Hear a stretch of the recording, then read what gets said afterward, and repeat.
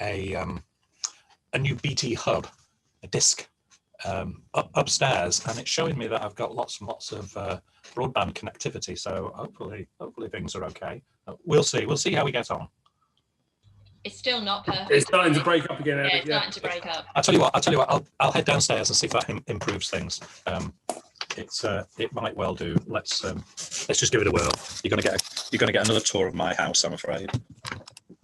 Here we go.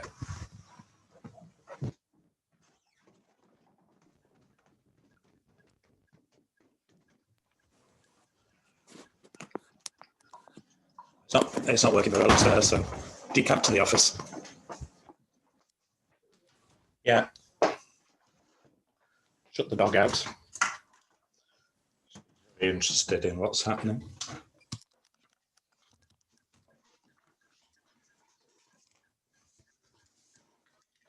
Right, quick tidy of the desktop, and we're in action. Is that better? Does that sound any better? It does. Got one wave. So at the moment, it's a bit better. Is that better? Good. Okay, fine. Let's push on then. I just started recording before that, so we're going to have an interesting tour of the house to start the lesson off. It's very professional, this class, it really is. Okay, we're on lesson 12, which we're getting through things. So, hola, ¿qué tal? Y bienvenidos a la lección 12 de la clase de español. So, New Year in Spanish is Año Nuevo. In Spanish, of course, the gender of the adjective has to agree with the gender of the noun. Año is masculine, so it's nuevo, Año Nuevo, not nueva. And the new year is el Año Nuevo. If we want to wish somebody a happy new year, we use the word feliz, just like Feliz Navidad, Feliz Cumpleaños, happy birthday. You could also say Próspero Año Nuevo, prosperous new year, or you could say Feliz y saludable Año Nuevo, happy and healthy new year, which, as I've said, might be quite appropriate at the moment as we head into what tier are we in now? We're off the tiers, aren't we? We're into tier. Yeah, full lockdown. Full lockdown. Full lockdown. Yeah. I think tier 5 it is. Tier 5. I think the only thing we're allowed to do is look out the window, isn't it? That's about it. But anyway, we'll only if they We'll wrestle this dreadful virus to the floor and hold it by the throat until it goes away. That seems to be Boris's best plan, anyway. Eric, talking about Spanish scatological humour, I think año is one of those words where you've got to be very careful to put the tilde on the end, haven't you? I think ano might mean anus. Oh, right. Have you been looking at a rude Spanish dictionary over the Christmas holiday? Well, you don't wish somebody a big anus, do you? We always need to be very precise with our pronunciation of letters in Spanish, because Spanish ears are much more tuned to the sound of things than ours are, in my experience. So we want to say Feliz Año Nuevo, happy New Year. If you want to say have a great New Year to somebody, we need to do it slightly different. The verb to have is tener. But if you're saying to somebody, have a great New Year, you need to move into the subjunctive. Do you remember if there's a wish or a desire being communicated, the Spanish use the subjunctive mood. So instead of saying tienes un gran año nuevo, I've put a D in that second thing there. It shouldn't be a D. This is useless typist again that I use. That means you have a good year, but if you're wishing somebody a good year, in have a good day or have a good day or have a good new year, you need to go into the subjunctive, and the subjunctive is tengas rather than tienes. So que tengas un gran año nuevo, have a great new year, is what you'd say to somebody. In a formal situation, it would be que tenga rather than que tengas. And if you're wishing a group of people, if it's a group of friends and it's informal, que tengáis. And if it's a formal situation at work, if you're knocking off work and you're saying to the office, have a great new year, que tengan un gran año nuevo. Don't worry too much about the subjunctive. It's just one or two key phrases really where you'll come up against it. If you start to learn Spanish at a higher level, then clearly it becomes more critical. But for the time being, just one or two phrases, and that's a nice, easy one to remember. So you want to say to somebody, "Have a good day." Que tengas un buen día is a commonly used phrase. So, vamos a echar un vistazo a la tarea de la semana antes de Navidad. We're going to take a look at the homework that we did the week before Christmas. Now, I've said there, vamos a echar. Now, echar is a verb that means to cast or to throw. It sounds an unusual way of saying we're going to throw a glance, throw a look.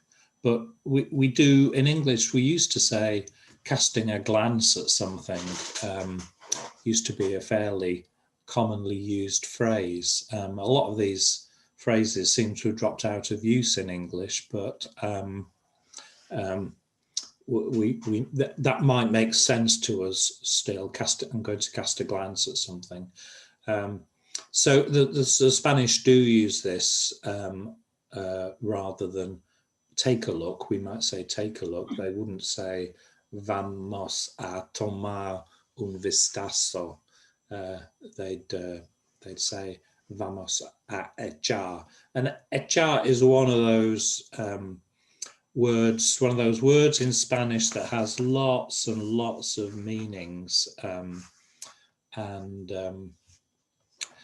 It crops up in places where you wouldn't expect it. So, you know, I've put some examples here. Echar de menos, to miss something, if you've missed something.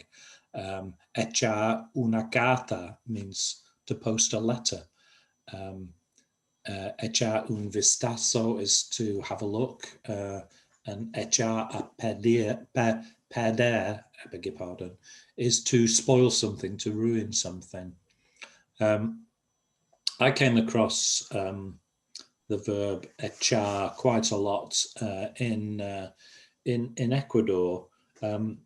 Echar can also mean to throw yourself. Echarse, it becomes reflexive. To throw oneself or to lie down. And in Ecuador, they have speed bumps. They love speed bumps. They're massive in Ecuador, 3 times the size of what they are in the UK. They'd have your exhaust off in no time, and probably the bottom of your sump if you weren't careful. But speed bumps in Ecuador are called chapa echada, which means a cast down policeman. Chapa is a slightly derogative term for a policeman in Quechua, which is the old Inca language. So chaparachada, a cast down policeman, means a sleeping policeman or a speed bump. So it's normally shortened to chapa for ease. And if I was driving around Ambato, which I was not last summer, the summer before, quite a bit. Speed bumps are put in most unexpected places, and of course all the locals know exactly where they are, but people, I'd be constantly slamming the brakes on at the last minute when I spotted one, or people would be shouting "Chapa" in my ear hole, because trust me, you don't want to hit one at speed. It would be a disaster. So echar is a verb that you'll come across in unexpected ways, unexpected places, I think, over the course of your career in Spanish. So we had a long list of little exercises in Spanish, and I think these were pretty straightforward for you. We don't want to be too giving you too much hassle over Christmas. So let's just run through them. We'll run through them really quickly. I'm sure everybody got these. Say hello. Well, lots of ways to say hello. Hi works in Spanish just the same as English. Hola is very, very easy. You can, a bit more formal is buenos dias, good day. Buenas tardes, buenas noches. Works perfectly well too. I find that the best thing to do is to say hola or buenos dias and see what the locals say to you, because there are lots and lots of local variations. Sometimes they'll just say buenos and miss out the dias or the tardes, and sometimes they might say buen dia. It does vary quite a bit. To ask somebody's name, ¿Cómo te llamas? If you're in Latin America, ¿Cómo te llamas? What do you call yourself? You could also say ¿Cuál es tu nombre? Which it translates literally as what is your name. If you want to ask somebody's name that you're not familiar with, you could say ¿Cómo se llama usted? What's your name? And you're adding the usted as a mark of respect. It's like adding sir or madam in English. What's your surname? Surname is apellido. ¿Cuál es su apellido? Or apellido in Latin America. And often quite often actually, most time I check into a hotel in Spain or in a Spanish-speaking country, I tell them I've got a reservation, and I tell them my name is Reina, and they look down and there's no Reina there, so it's just they haven't got my. They would pronounce it in a completely different way. So, ¿Cómo se escribe? I could say mi nombre es, mi apellido es Reina. Se escribe R-A-Y-N-A-R. Useful to know how to spell your name out, because depending on your name, a Spanish person would have may have quite a lot of difficulty with it. To say your name, you could say mi nombre es Eric. I could say soy Eric. Me llamo Eric. It's lots of ways to say it, just the same as there are in English. I am called, my name is, I am. To ask where somebody's from, de donde eres? That's the informal, where are you from? If it was a formal situation, de donde es would be the formal address, formal question. You can add usted if you want to. And to say, where is he from or where is she from, to ask somebody about a third person, you can say, de donde es él or de donde es ella. Where is she from? To tell them where you're from, you can say, I am of England, soy de Inglés. Ask where they live, donde vives, where do you live? Tell them where I live, vivo en Peterbborough. Ask if they speak English. Habla usted inglés? Is the formal. Informal, hablas inglés. Tell them you speak a little bit of Spanish. Hablo un poquito de español. Pero estoy aprendiendo, but I am learning. It's a gesture. It's a gesture to the Spanish-speaking world, and should go down quite well, I think. To ask what job somebody does, lots of different ways of doing this. You can simply say "qué haces?" You know, what do you do is the literal translation. En qué trabajas is the one that I seem to remember. What work are you in? It's not considered the right thing to do to ask a Spaniard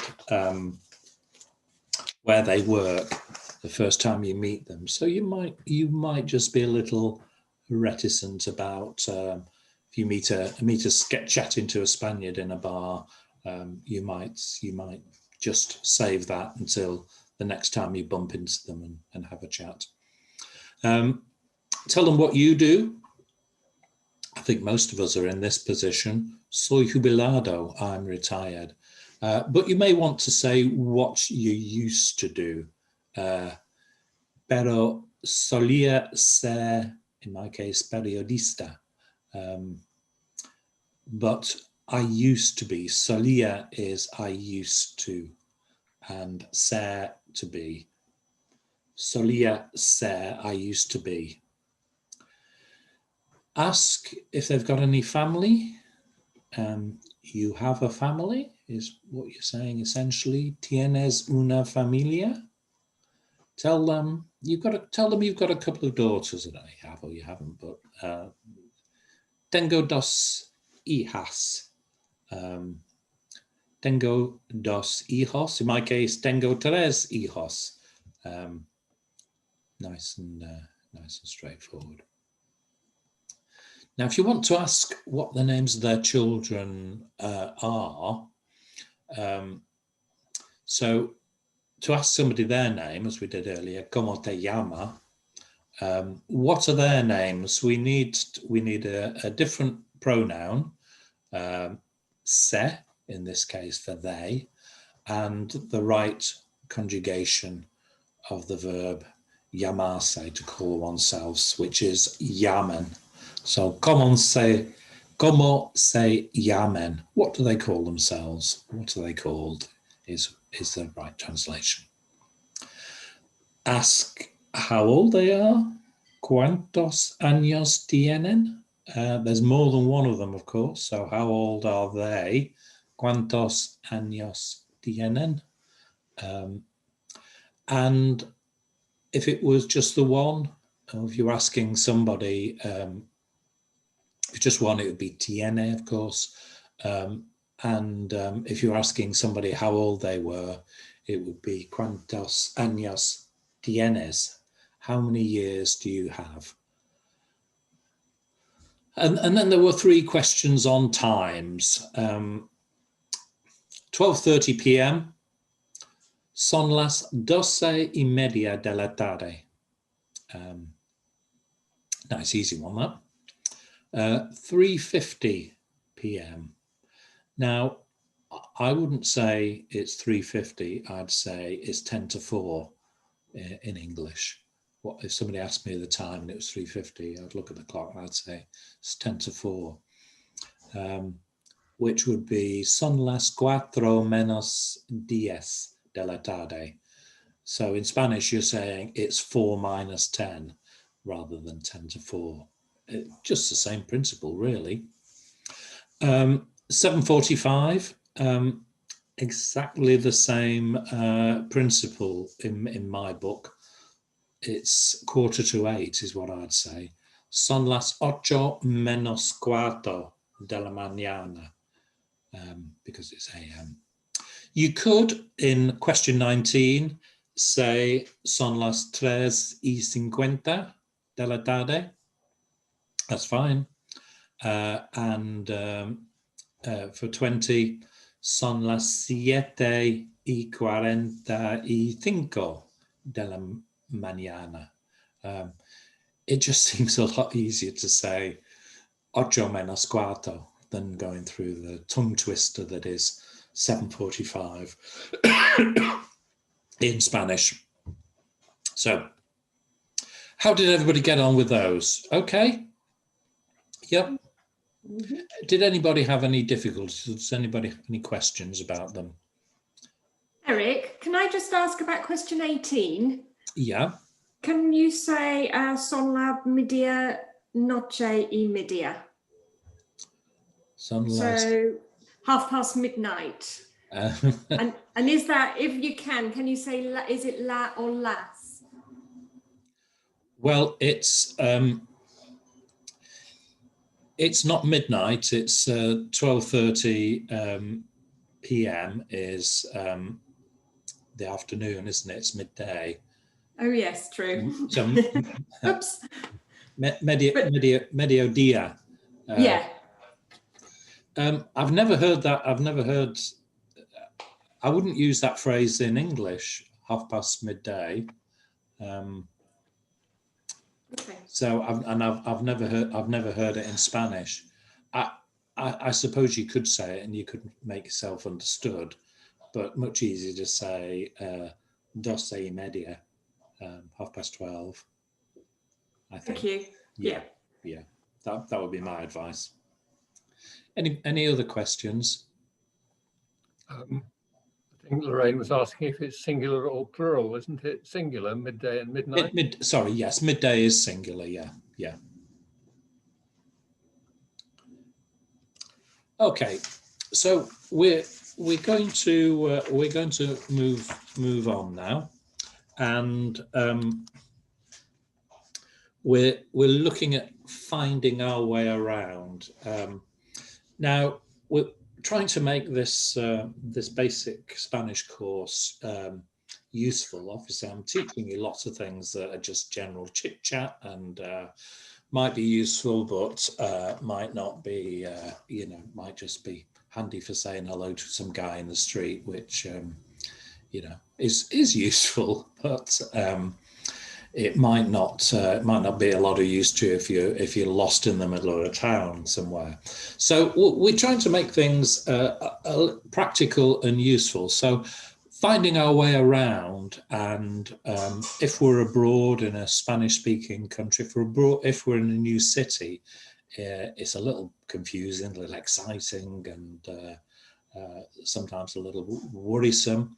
But if we're in a new city and it's Spanish, they don't speak English, it's a Spanish-speaking place, then it can be doubly exciting or doubly worrying. So in the next couple of weeks, we're just going to have some practice about asking for directions, but also how to give directions too, how to give and receive directions. Now, I sent round a sheet from Spanish Dict .com, which was all about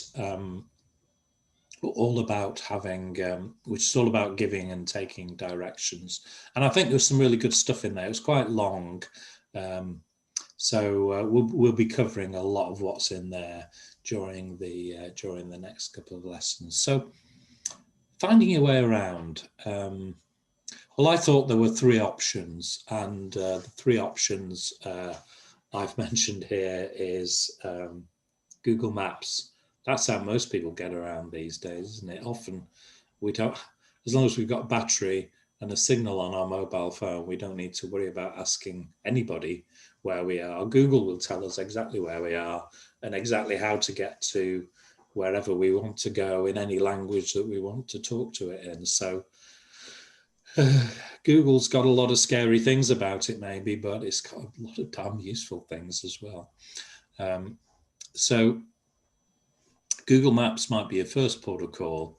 The second option might be a good old-fashioned map. Pides un mapa. You ask for a map.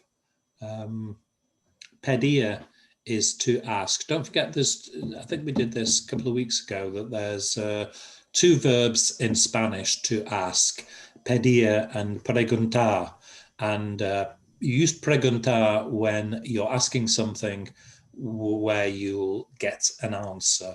So you're asking a question. If you ask for something, if you ask for a coffee or for an item, you'd use pedir, not preguntar. So need to just remember that. I'm sure you'd be understood if you got the two of them mixed up. But they'd know you weren't a native Spanish speaker. So we don't want that to happen, do we? And option three, you can ask a Spanish person, pides una persona española. So we don't want a lesson in Google Maps, do we? We all know how to use that. So option two, ask for a map. Get yourself a map of the city. You may find one in the hotel. Let's pretend we're in Barcelona. You may find one in the hotel, or you may need to go into a bookshop or a tourist office and ask for one. ¿Me puede dar un mapa de Barcelona, por favor? Can you give me a map of Barcelona, please? Or ¿tiene usted un mapa de Barcelona, por favor? Do you have a map of Barcelona, please? There's another word for map, folleto. Or folleto, and that's used for one of the little fold-out maps that you'd get from a tourist office, probably with a few cafes that have sponsored adverts in there, that kind of thing. So a little hand map would probably be folleto rather than mappa. But you might ask for a mapper and get a folleto, so don't worry too much about that. And let's have a look at the first sentence there. I'm saying me puede dar. It's an odd sequence of words. Me, you are able to give. You are, in other words, can you give me? But it's used quite a lot. Me puede ayudar, are you able to help me? Me puede mostrar, can you show me? Me puede decir, can you tell me? Now that's perfectly good Spanish, and that's used a lot. Me puede dar, can you give me? But you can also say puede darme. So when you've got the verb in the infinitive form, so we've got two verbs there, poder and dar. We conjugate the first one with poder, to be able.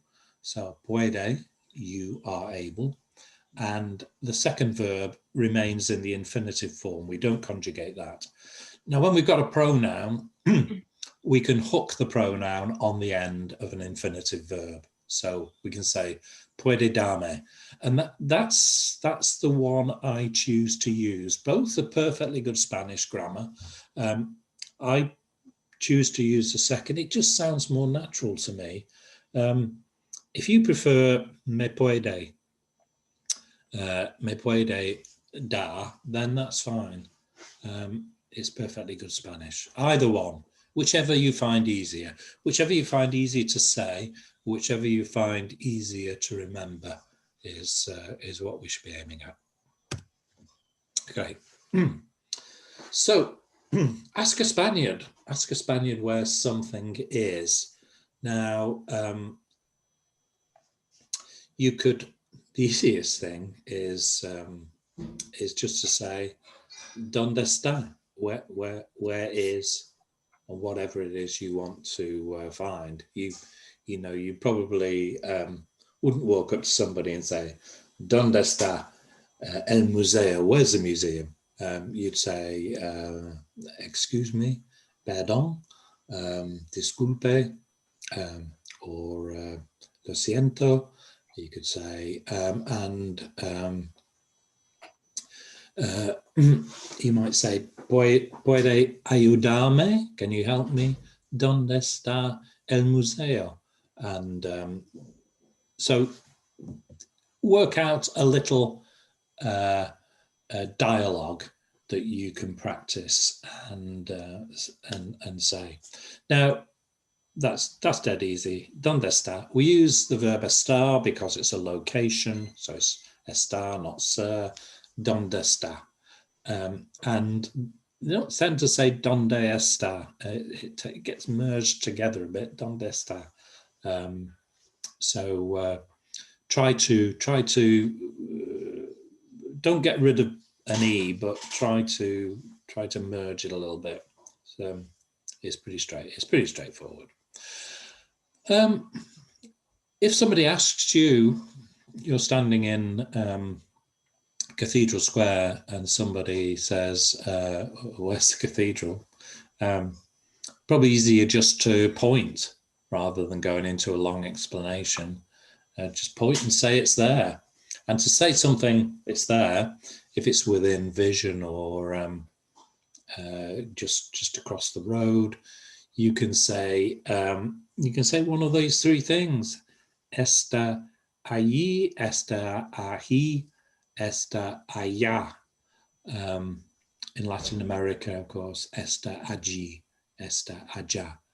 And I've missed an accent off the final está. As typists on this final warning, I can tell you that. So that's the easiest way. But why have we got three words for there in Spanish? Sometimes they do overcomplicate things. I don't know. They just do. So where would you use them? So let's have a look at here and there in Spanish. So there's a couple of words for here. Aquí, which we've used quite a bit, and acá. Now, the difference between aquí and acá is here. They both mean here, but acá, you'd use acá when some form of travel is required. I think that's the best way to describe it. If I'm calling the dog, I'd want to say come here. I use a command, ven acá, ven acá, come here. Now the dog has to travel to get here, so I use acá.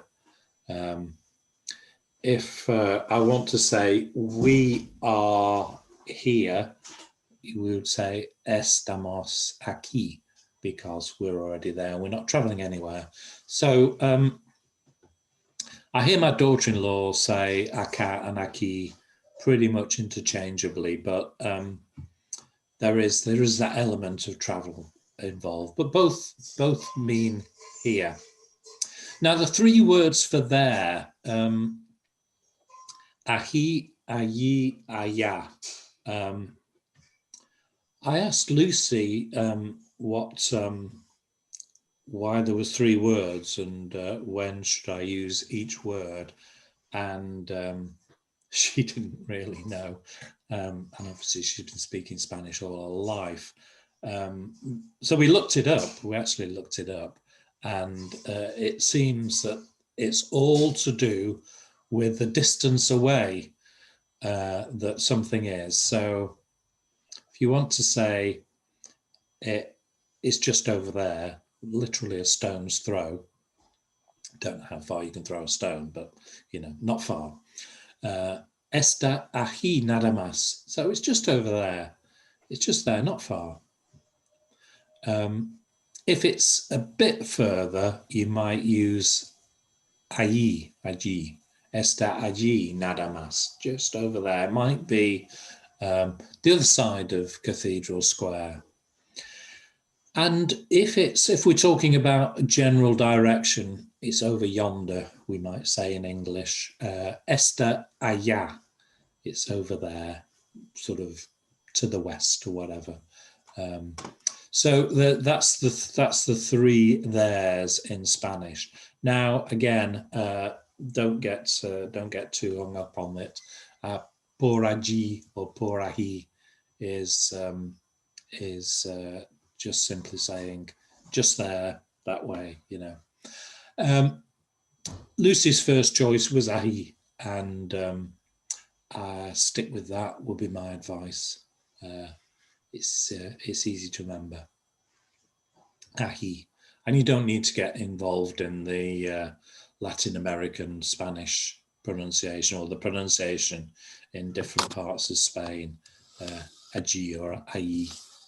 Stick with ahi. So there are different directions. A la derecha means to the right. A la izquierda means to the left. Now, siga derecho means straight on, but and it's used a lot. The worrying thing is it does sound a lot like derecha, particularly to an English ear where we're just not tuned in to that, fine distinction between letters. So I was driving through Ambato. I was taking Lucy and her mum and her sister to this market where you can buy shoes, the shoe market. They have markets for different things in Ecuador. So if you want shoes, you have to go to the shoe market. If you want bags, you have to go to the bag market. It's they don't have them, where you can get lots and lots of different things in the same place. So we were driving there, and I said to Lucy, direct me in Spanish. I need to practice my Spanish. And of course, she said, a la derecha, and I thought she said derecho, and so I went straight on, missed the turning, and instead of taking this shortcut around the edge, we ended up in the middle of town, completely lost. So I would say instead of derecho, todo recto, which is straight on, todo recto. It's less likely to be confused with derecha, a la derecha. So a la derecha is to the right, a la izquierda to the left, siga derecho or todo recto, straight on. If you want to tell somebody that they should turn to the right, take a right turn or take a left turn, we use the verb girar, girar to turn. Now it's one way I've found to remember this is because the Spanish word for sunflower is girasol, turns with the sun, and I don't know why, but that just stuck in my head. So girar is for me relatively easy to remember. So if we're saying to somebody, giving direction, we say turn to the right, or somebody tells us turn to the right. Gire is the imperative, so that's the instruction, turn to the right. Gire a la derecha.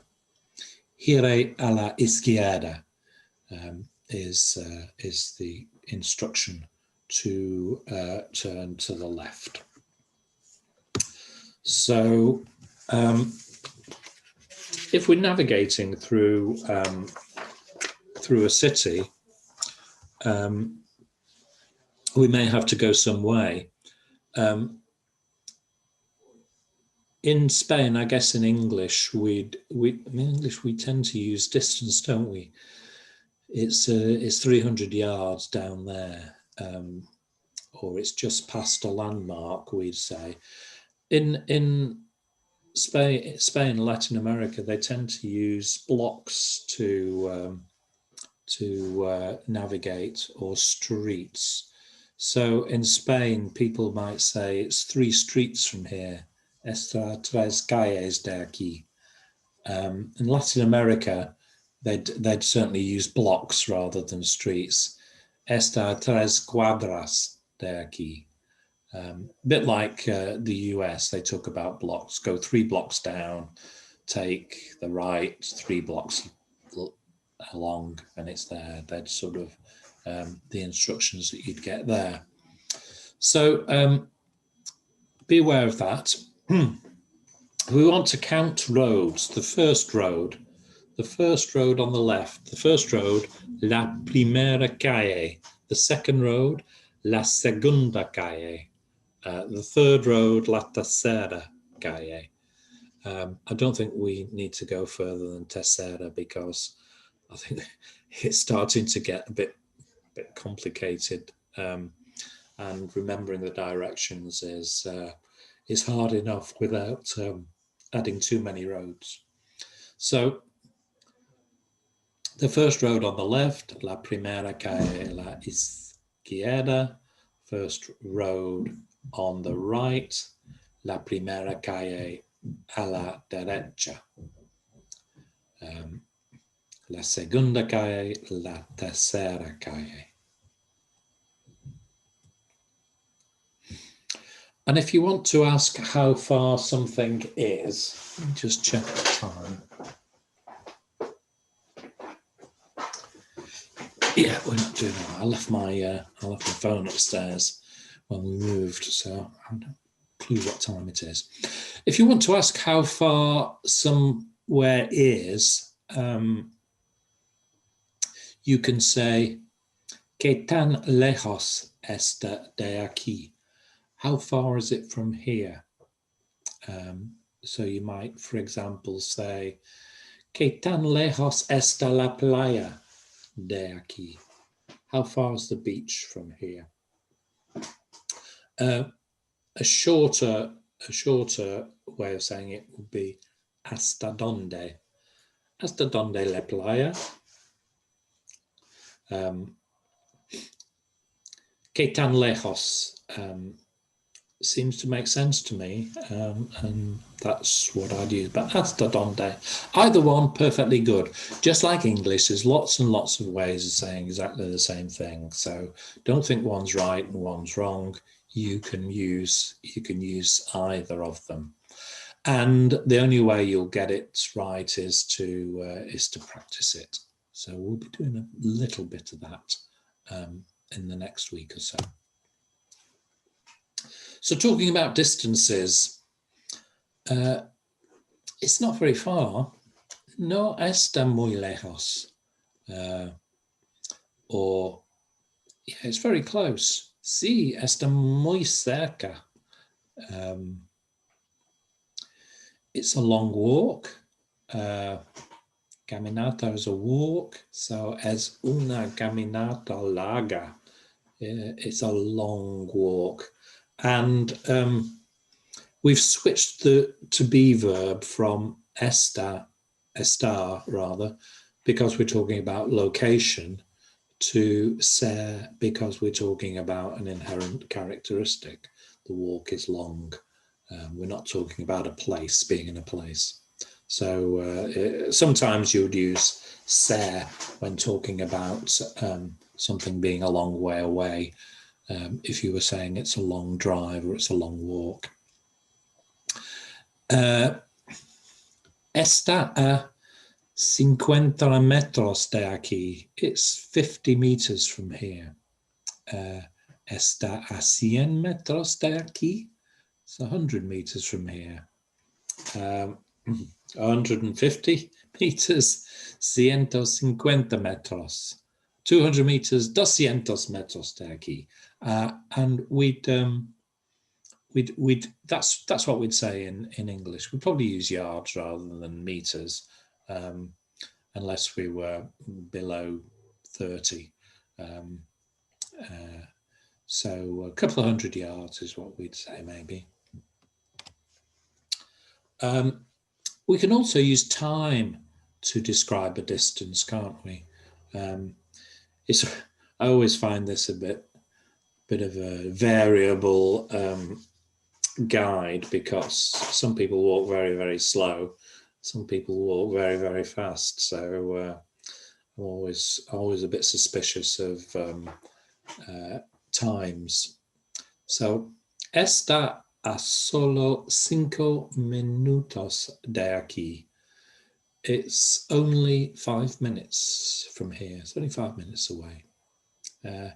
Está a 10 minutos a pie desde aquí. It's 10 minutes on foot from here.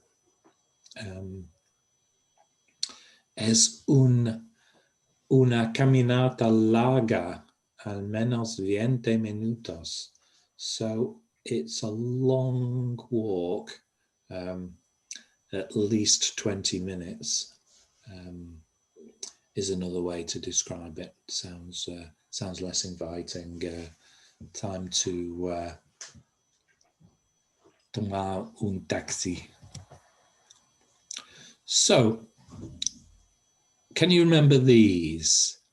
Puedes recordar estos? We were practicing these last week, weren't we? Or the week before.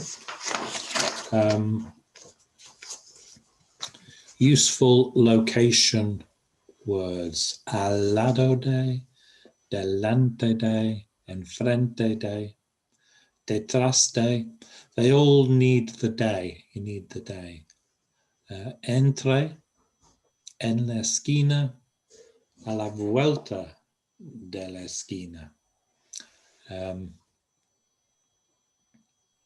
Everybody remember those? Nobody's going to admit it if they don't, are they? I don't blame you. Al lado de, at the side of.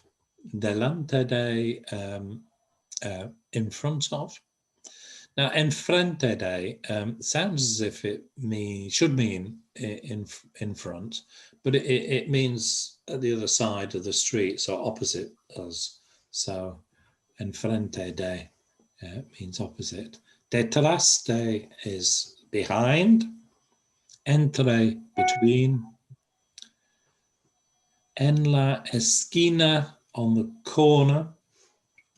Now there's another word for corner which you may have come across, el rincón, and that tends to get used inside, because we're talking about being in the corner rather than on the corner. So if you've got a corner of a building, it's la esquina, una esquina.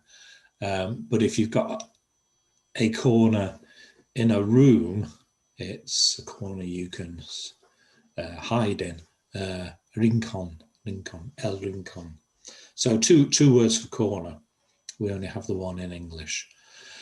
And a la vuelta de la esquina, means around the corner. So just around the corner. A la vuelta de la esquina. It's just around the corner. Some things that we might find on our way. A footpath is la senda, or el sendero is a path. Carretera, I need to roll your R for that. Carretera is a road. La calle is a street. El paso subterráneo is an underpass. You might just hear it called El Paso because Spanish are lazy just like us and they don't want to say all that stuff. La esquina is the corner. El puente, the bridge. Los semáforos, I love that word, is traffic lights. I wish we'd called traffic lights something interesting like that. El puente is the bridge. Puente peatonal is a footbridge, a bridge for feet. La plaza, one that we'll come across a lot because I think everywhere in Spain has got a plaza and several plazas. Plaza Mayor is the main square. La Puerta is a gate or gateway. Parking, a car park. It can be called el parking, but aparcamiento is what I've generally seen. But when you're driving around, it just has a big red P. It's not red, is it? It's blue. A big blue P. So no problems there. Just the same as English. One of those useful things that somebody did at some stage was to make a standard set of traffic signs, more or less standard across Europe, which helps no end. El cruce, crossroads, or a junction, generally crossroads. El cruce. And very important question, ¿Dónde están los baños? Or ¿Dónde están los servicios? Servicios. I can never say that word. Servicios. It's one to practice. Where are the toilets? You might need to ask that. Now, these are useful places. Farmacia, pharmacy. It's easy. That's an easy one, isn't it? Banco. We're never going to forget Banco. Oficina de Correos is post office. Cafeteria is an easy one. I'm going to put these up so you can see them. Cafeteria is a cafe. I have seen the word cafe used for cafes, but it's normally used for coffee. So cafeteria is more common. Nightclub is discoteca. I have to be a little bit careful. Club in Spanish-speaking world can mean brothel. So you could find yourself in a lot of trouble if you saw a club and went inside. Discoteca is more common in Spanish-speaking countries for a nightclub. La discoteca. I think in many tourist spots they've adopted the English word because in a lot of cases English-speaking people are running them, but discotheque seems a bit 70s, doesn't it? It seems flared trousers, platform soles, John Travolta, very old-fashioned. We never go to a disco. We go to a club. So you do see the word club used, but if you go to somewhere that's off the beaten track, then nightclub or club can have a very different purpose than what you might think.